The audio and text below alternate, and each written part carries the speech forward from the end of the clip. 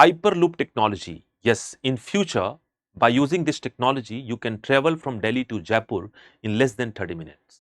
Because the Hyperloop technology is going to achieve the speed up to 1100 km per hour on the earth itself.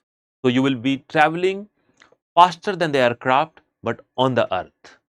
But then what is this Hyperloop technology? Let me tell you that in 2012, this Hyperloop technology became very popular when Elon Musk came up with this idea and the concept. It was a kind of revolution in the transport sector.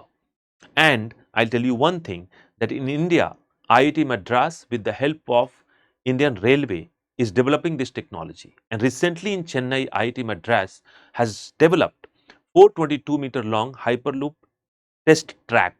So soon we are going to test the Hyperloop technology in India. Now, what are the component of the Hyperloop? Patch karna hai. Now, what are the component of the Hyperloop? How it is going to function? What would be the design? We'll break it down to all the points.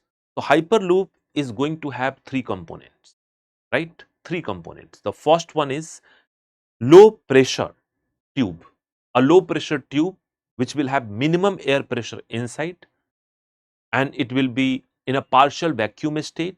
It will be vacuum sealed tube structure, and when there is a minimum air inside and very less air pressure inside, then it is going to offer least air resistance and least air drag. So it will save the fuel, right? Second component will be the pod itself. The pod is cabin, the passenger cabin, where the passenger can go and sit. Now this pod will be having pressurized condition. There we will feel very comfortable, and this pod will be floating inside this tube structure by using the principle of magnetic levitation or maglev. Now this maglev is very simple.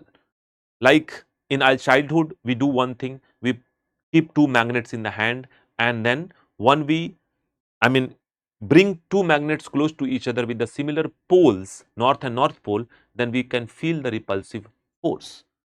Now using the same technology, magnets or electromagnets will be used into this pod and the tube, and this pod will be floating in the air inside the tube by using repulsive forces of the magnet. So there will be no friction, and if there is no friction, then obviously the speed would reach to over 1000 km per hour. And now to give the speed, there will be linear electric motor, and this linear electric motor will propel the pod, it will give the desired speed, and it will just go like zoom, right? So less than 30 minutes, Delhi to Jaipur. Speed could be 1000, 1100, 1200 km per hour. Now this Hyperloop can have very good impact on transport system in India. Why? Because it will have zero emission. It will be electrically driven. So no emission, no greenhouse gas, nothing. And it will create green transit. Green transit it will create, right? So there is a concept of green transit. We'll talk about that in some other video. And then it is going to be a very sustainable transport system. Very sustainable transport system.